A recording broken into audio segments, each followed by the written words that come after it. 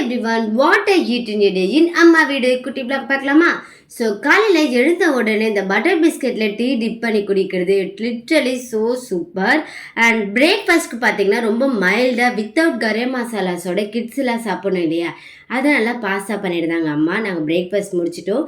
அடுத்தது லஞ்சுக்கு பார்த்தீங்கன்னா அரேபியன் பீஃப் பிரியாணி பண்ணலான்னு ஒரு ஐடியா.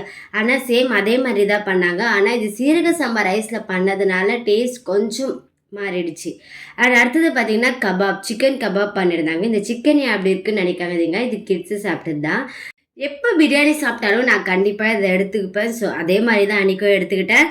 அண்ட் ஈவினிங் பார்த்தீங்கன்னா ஒரு கொஞ்சமாக வெளியில் போயிருந்தோம். அப்போ வந்து ஒரு சாண்ட்விச், வெஜ் சாண்ட்விச் எடுத்துருந்தோம். அண்ட் வீட்டுக்கு வந்ததுமே ஒரு சூடாக ஜிஞ்சர் டீ போட்டு நானும் என்னோடய சிஸ்டரும் சேஸ் பண்ணி குடித்தோம்.